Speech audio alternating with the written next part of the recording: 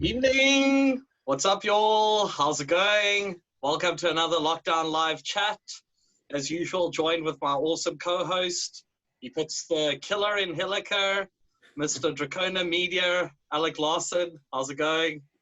Good, man. Yeah, this is going to be quite a cool episode because, we're talking one-man bands, and I won't just be a person asking questions. I'll also be answering some. But yeah, we're joined here by Gary. Yeah, Gary. It's awesome. We're joined by Mr. Nuclear Winter all the way from Zimbabwe. How's it going? Yeah, welcome back. Thanks. Yeah, thanks very much. Pleased to be back on this chat. It's going to be fun. Yeah, it's crazy to think that we're in December already and we started this in June. The last time we spoke with you, Gary, was, I believe, almost 5 months ago. Since then, the Stormscape EP has actually been released, and yeah, you've been moving forward with stuff. But we have to ask the trivial question: how's the lockdown been in Zimbabwe these last 5 months? Well, right now it's actually eased up quite a bit. The borders for Zim have been opened. Yeah, the restrictions don't seem to be too enforced right now, so it's almost back to normal, I'd say. It's yeah. Apart from just.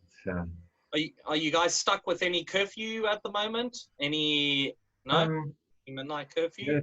There was apparently meant to be a curfew, but it just I don't know. No one seemed to stick to it after a couple of months, and it's just now everyone you go out at night at 10 p.m. or whatever. And, lots of cars on the road, so no, the curfew has kind of been forgotten about, I think.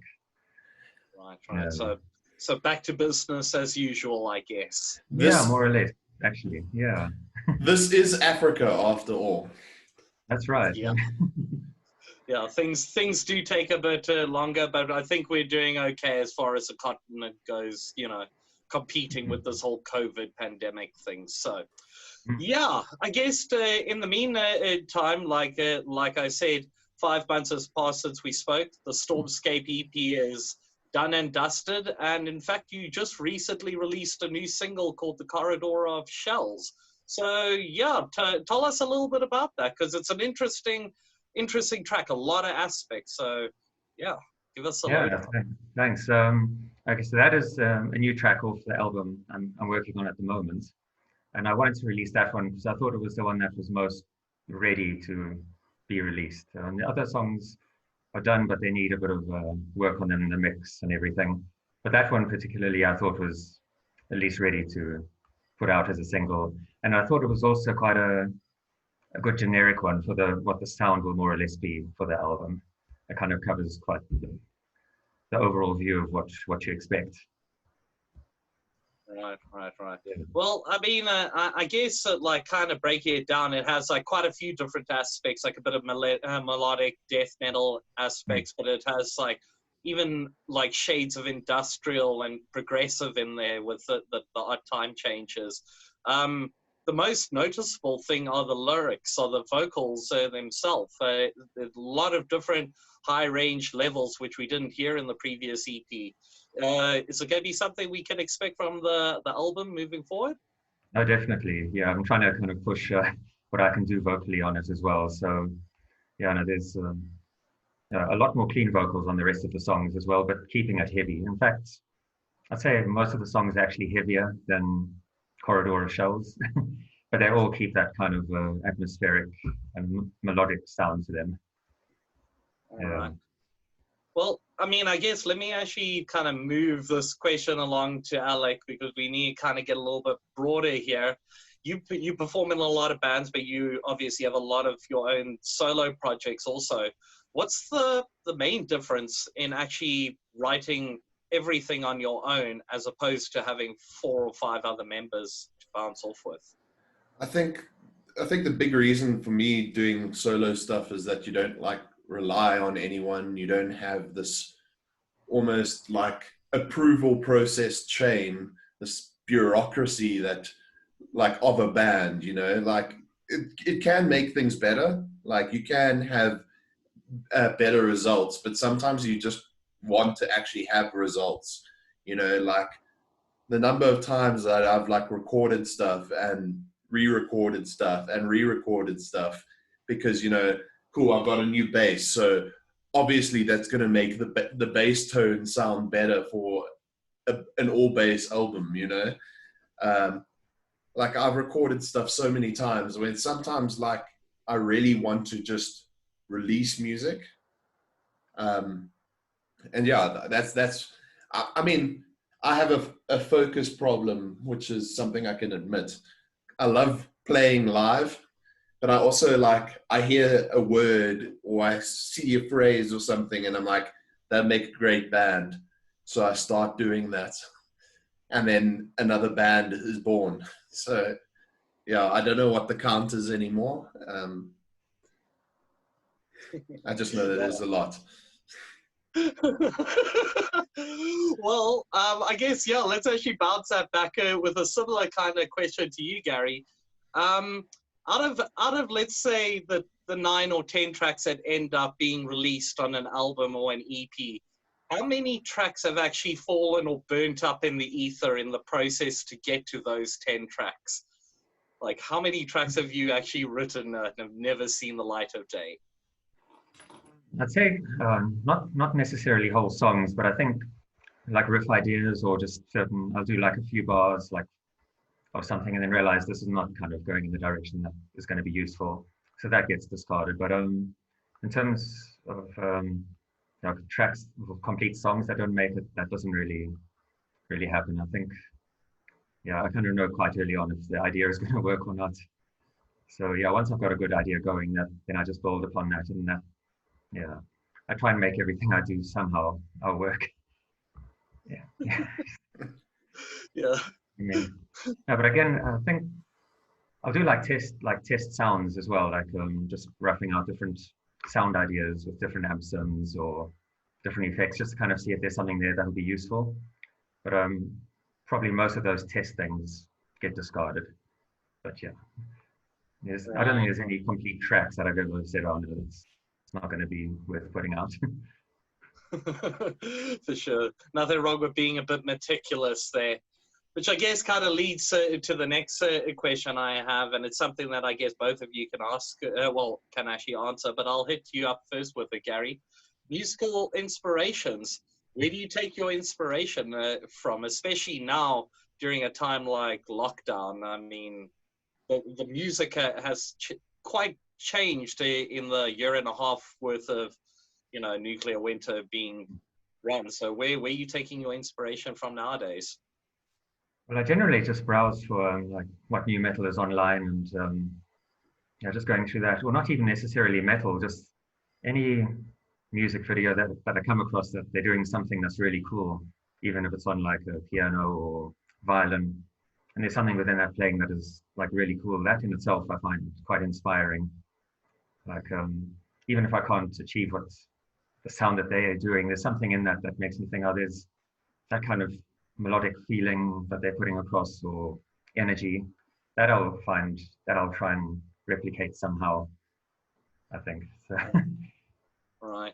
And I mean, obviously with you, Alec, it's way more broader because of the fact of, I don't want to say how schizophrenic you are with the amount of different genres that you dabble in, but it's a lot. So where do you take your inspiration from? Yeah, it's kind of hard to say, hey? Like sometimes watching, like I'll be watching a movie and I'll hear like a phrase and I'll be like, sure, that's such a powerful like statement, or, you know, like there's such a cool meaning behind that.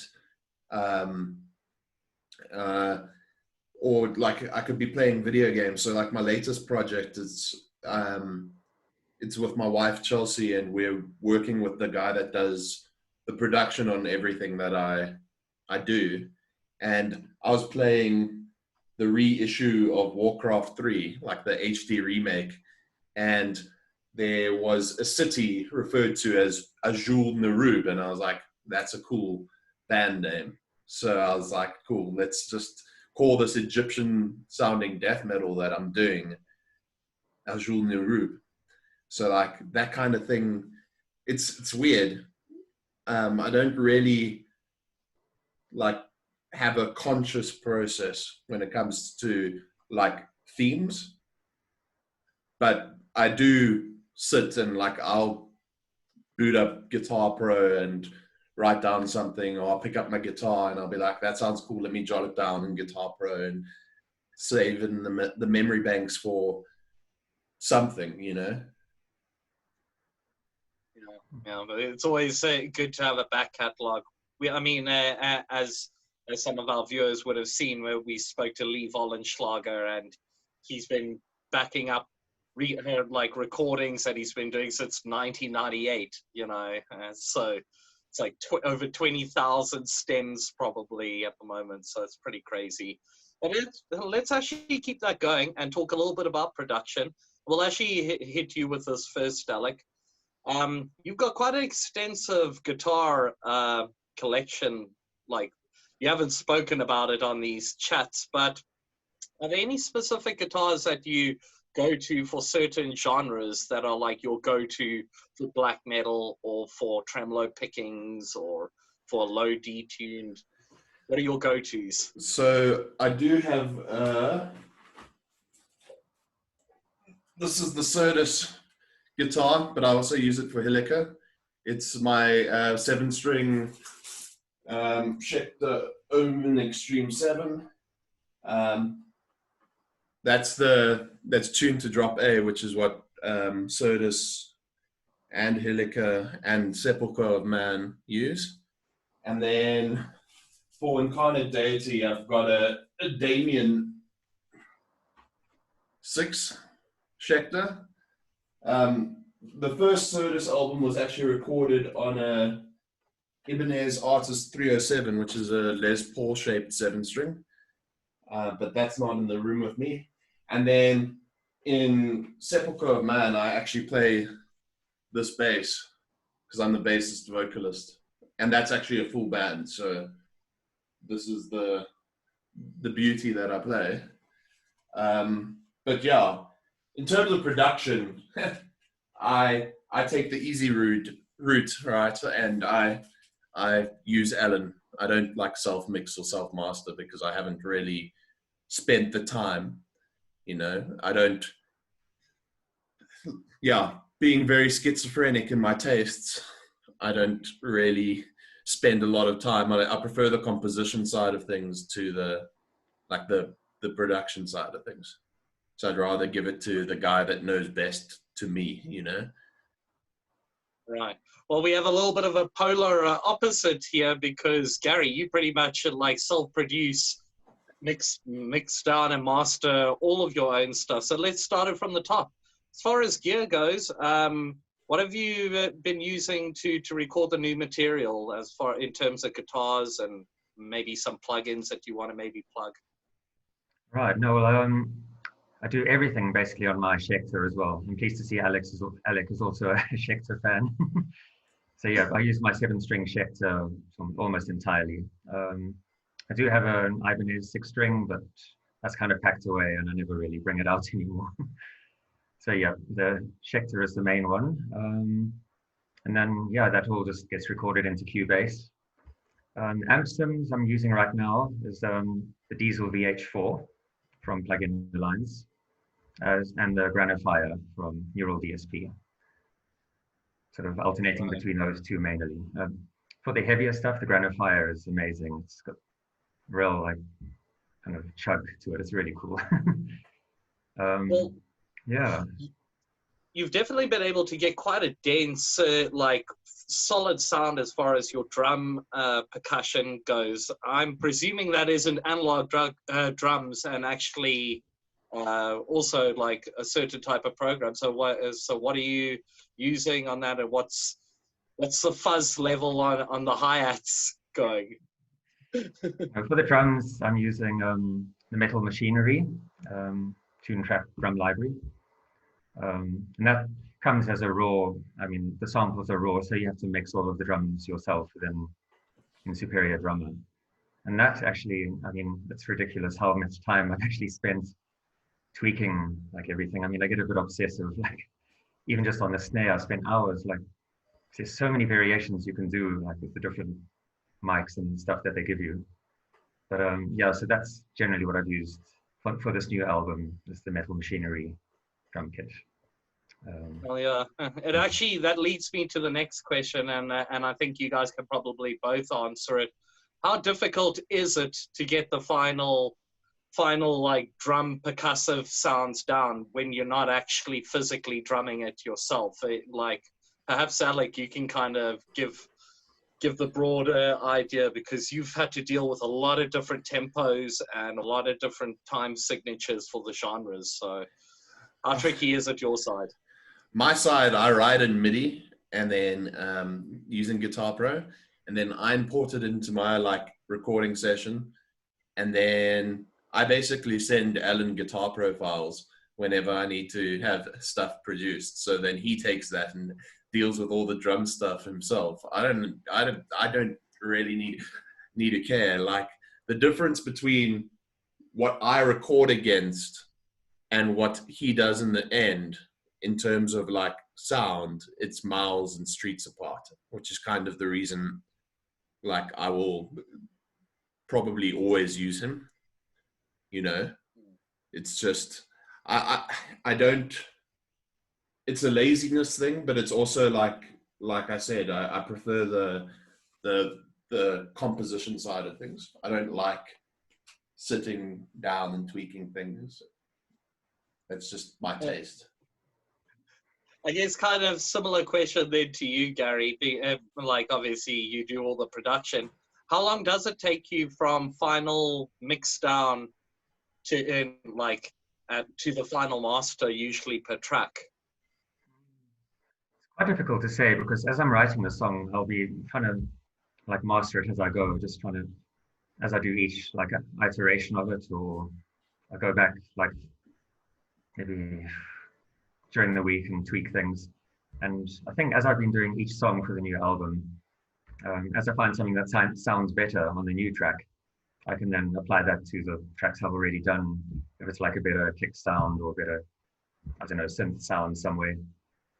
So it's kind of happens as I go. So it's hard to say how long in general, but I'd say once the track is complete, maybe I'd spend about 3 to 4 days getting the mix right. Yeah, just on average. And in terms of the final master of the entire album, do you try to do a once-off like across all levels to make sure that they're, you know, somewhat on the same dB max? I do, yeah. Yeah, there's one plugin I'm using now which is really good for that, at least, metric AD, which gives you all the different loudness levels, and you can set it like for Spotify or YouTube, and it'll say, well, this is the level that they want. So you can just master all your tracks to that loudness. So yeah, I'll go back once everything is done, just double check all the levels and make sure they are all balanced. So yeah. Well, what are the levels nowadays that bands are actually having to mix down their tracks before going in for mastering? Is it like minus 12 dB, or like what is it nowadays? Maybe you can answer that, Alec. No, I can't. I have no idea. Like I said, I'm the lazy guy, man. Alan does all that shit for me. So, damn it, this conversation is going completely backwards. Minus 12 does sound about right. Yeah. Okay. Yeah. For a lot of electronic music, it tends to sit around about minus 6 dB. But then when I was talking to a few engineers, they were saying usually the lower the better to give the most headroom possible. That's right. So, yeah, well, I mean, I guess kind of let's bring this in, because there was another guy we'll hopefully have a chat with again in the near future. That's Sean of Deadman Risen. And he was saying one of the hardest parts about being essentially a DIY one-man band is kind of the lack of like external input that you get. It's a lot of your own mind and your own opinion going into it. So I guess even in terms of both of you guys, how do you guys reference your music before it comes out? And I know like Alec will probably say, well, it's whatever Alan said the final master was. But But before you actually, like, in terms of before you send it, Alec, through to him, where do you get your feedback from and say, okay, now I'm ready for this to go in? Yeah, it is interesting because, like, in my bands, I actually don't write any music. Like, any of the bands that I perform in, I basically don't write anything, which is probably super news to Lyle, which is why he's got this, like, shocked look on his face. Yeah, like, We'll edit it out. So it's being in in one-man bands, it's nice because it gives me that time to, like, flex my creativity. And generally, how do I know if the music is good? Is if my wife isn't laughing at me. You know, she loves metal as well, but if she doesn't think it's too bad, or if she likes it, then I know it's a good track. Yeah, I guess the same thing applies to you, Gary. I mean, I know you have a few other band like colleagues. You know, do you ever ask their input on a track before, let's say, you send it through to me for final critique? And I definitely do. I try and get quite a few people at least to have a listen and see if they spot anything that I might have missed. Yeah, no, definitely, because I think that is one of the pitfalls of doing it all yourself. You can kind of miss things that are kind of obvious to someone else. So I definitely do. In fact, there's a couple of select people who are quite critical. They're very good at not being like shy to say, "Oh, this sounds rubbish over here." So yeah, I try and get their opinion and work it from there. Okay, it makes sense. Well, we were talking, Alec, about Chelsea earlier, and I did a little bit of research, and I dug up a band that we've never mentioned before, a band called Asonicism. So, tell us about Asonicism. It is the weirdest idea of a one-man project I've ever heard. So, tell the people about this. So, and by the way, guys, by the way, there is an awesome, funny-ass video of Alec and Chelsea reviewing an Asonicism EP. But we'll include that in the description. But yeah, Alec, tell us about it. So yeah, Asonicism was like this, almost like a hackathon sort of band where I wrote this EP over a 24-hour period. But the catch was I turned off my monitors, I turned off anything that I could so that I couldn't actually hear it. So I wrote this EP under simulated deafness conditions, and I wrote it all within Guitar Pro, and then I used some plugins. So there's a plugin called Odin, which is good for programming guitars, and there's a plugin called Low-Key Bass, which I used to program the bass, and I imported this MIDI in and looked at the notes in MIDI and basically added in the key switches in order to do like palm mutes and stuff like that.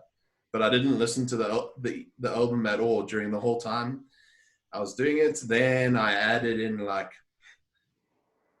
mixing and mastering without listening to it. And the first time I listened to it was on the video that Lyle's talking about.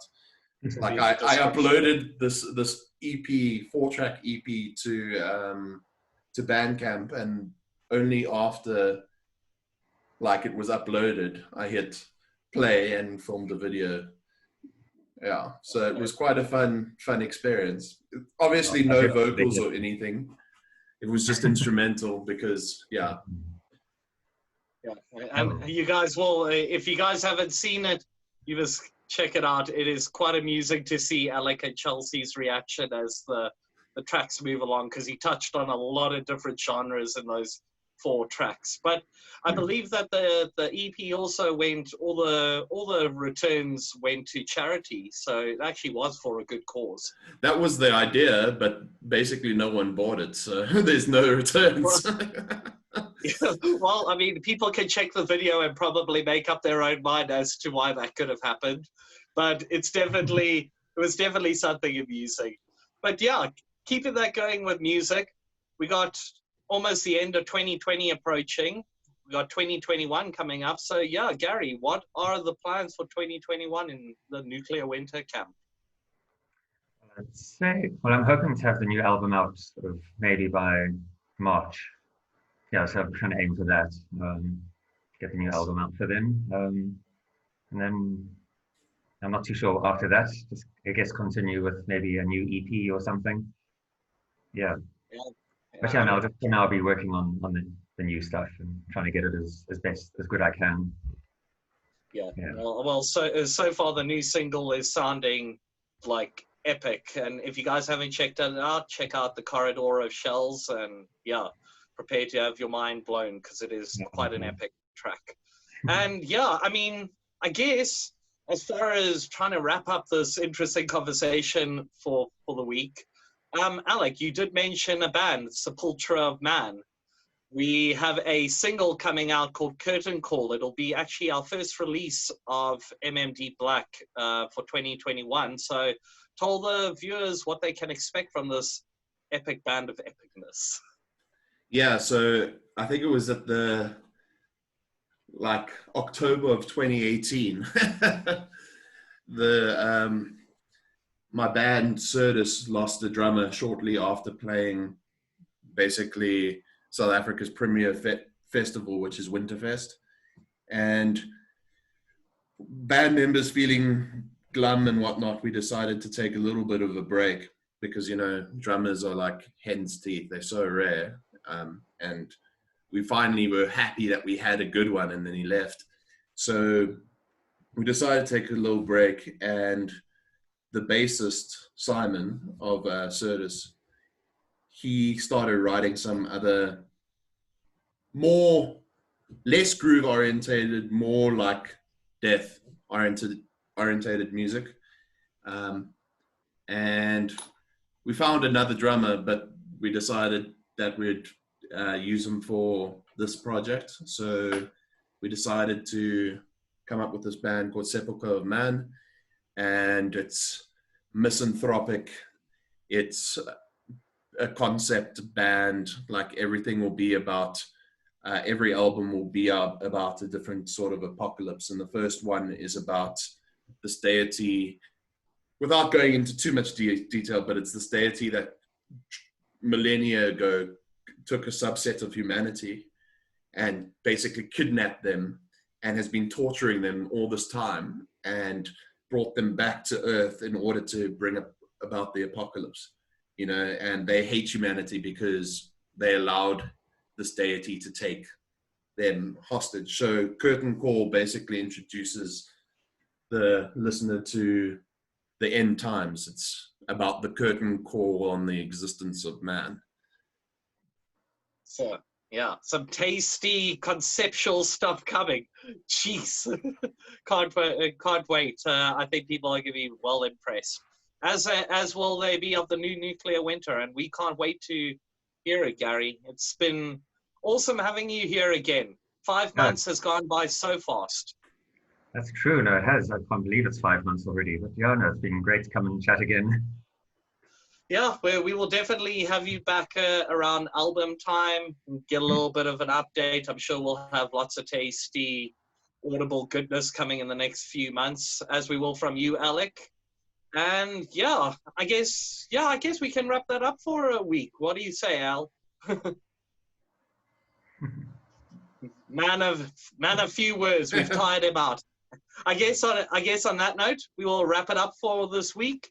Next week, we're actually going to be shaking it up again for December. We're going a little bit PR orientated for all of you bands that are looking for a bit of info and some helpful facts on how to promote yourself. We're going to be bringing Curtis Duar from Duar PR all the way from Canada next week. So stay tuned for that. There'll be hopefully a lot of valuable information that we'll be able to get out and stuff for you guys to use going into 2021, because we want this metal scene in Africa to grow.